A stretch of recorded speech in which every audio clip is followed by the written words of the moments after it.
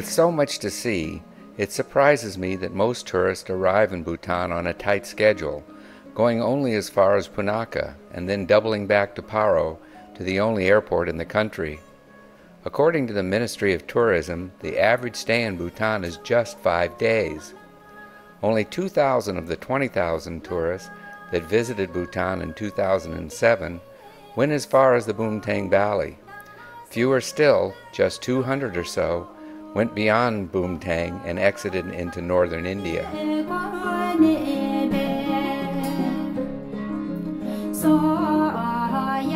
So we have arranged a cross-country tour for intrepid travelers who enjoy the road less traveled.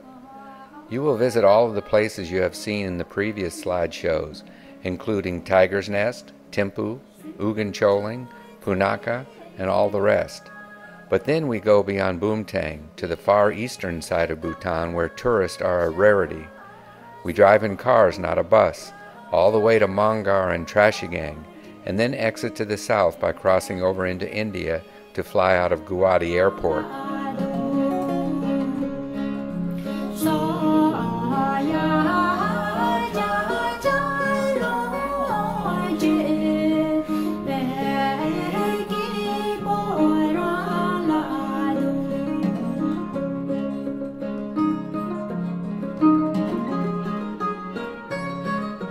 Since this tour does not visit a formal festival, we make up for it, and then some, by having our own mini-festivals in Ugan Choling and Trashigang. The photo ops here are incredible because you will have access to dressing rooms, you can take pictures in temples, and you can set up your own tripod on the cobblestones to get close-ups of the dancers. Nowhere else is this allowed, so your images will be very unique. The cultural exchanges are very rewarding too, when you are invited into farmhouses for serendipitous photo ops. The highlight of your tour is a special and unique day-long meeting with the Brokpa people of Mirak and Sakten. Let me tell you why this day is unique and how we have arranged to be the only foreigners who are allowed access to a culture that has remained unchanged for centuries.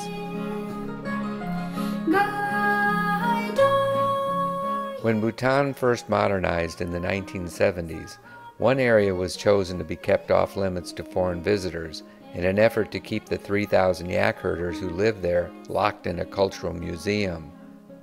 The Brokpa people of Sakten and Mirak, two valleys in far eastern Bhutan, almost to the Indian border, are still today cut off from modernization and tourism dollars by government policies that restrict visitors to just a few anthropologists.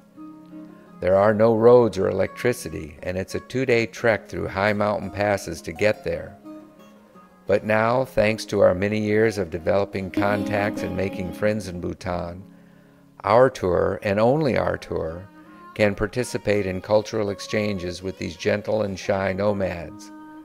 We have arranged for 20 Brokpas and their children to make the trek from their home and meet us at a small temple in a tiny village in Trashigang, where they will perform a unique mini-festival just for our photographers.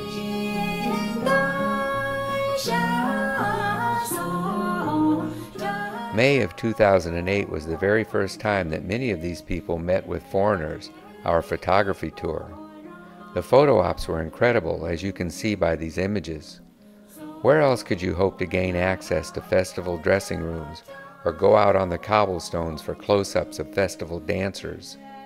We were treated like royalty and presented with traditional gifts of homemade liquor called ara and a huge red cloth bag of rice. We reciprocated with 2 cases of Red Panda beer, something the Brokpas relish but don't usually bring back to their village because of the weight.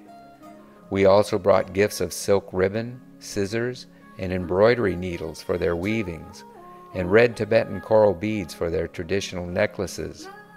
But most importantly, because they live in a barter system and don't have a source of cash, we paid them well for their trouble and spent tourist dollars buying some incredible souvenirs found nowhere else in the world, like yak wool tunics, hand-woven baby carriers, and even a few of their spider hats, which are intended to keep the rain off of the head by channeling the water to the tips.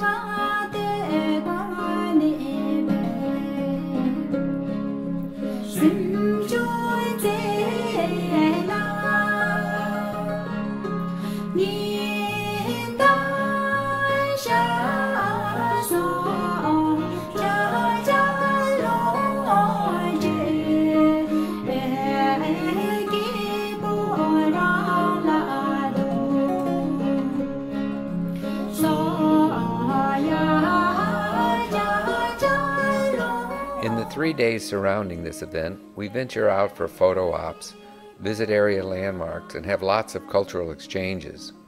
We stay at a very charming Bhutanese guest house with all the modern conveniences, including electricity to charge batteries and very wholesome food. It overlooks the Zong and evening sunset views from the porch, with drinks and snacks before dinner, is a favorite time of day.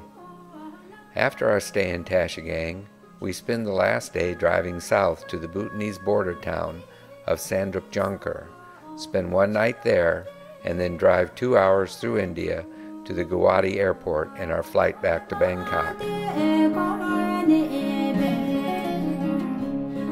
The cross-country photographer's tour to Bhutan is a one-of-a-kind adventure of a lifetime.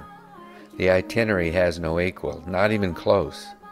If you want to get images of the authentic Bhutan before it fades into the fog of globalization, then go to rainbowphototours.com and click on reservations. This is Robin Smiley, and I look forward to meeting you in the Bangkok airport for our flight to Bhutan.